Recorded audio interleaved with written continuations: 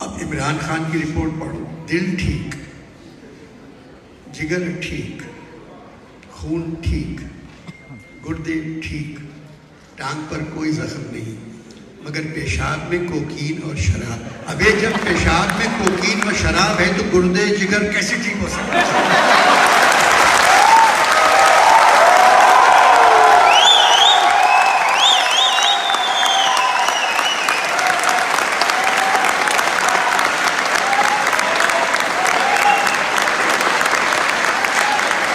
کہتا ہوں یہ ڈاکٹر پی ٹی آئی کا ہوگا اور اس نے یہ رپورٹ پریس کانفرنس سے پیش کی ہوگی۔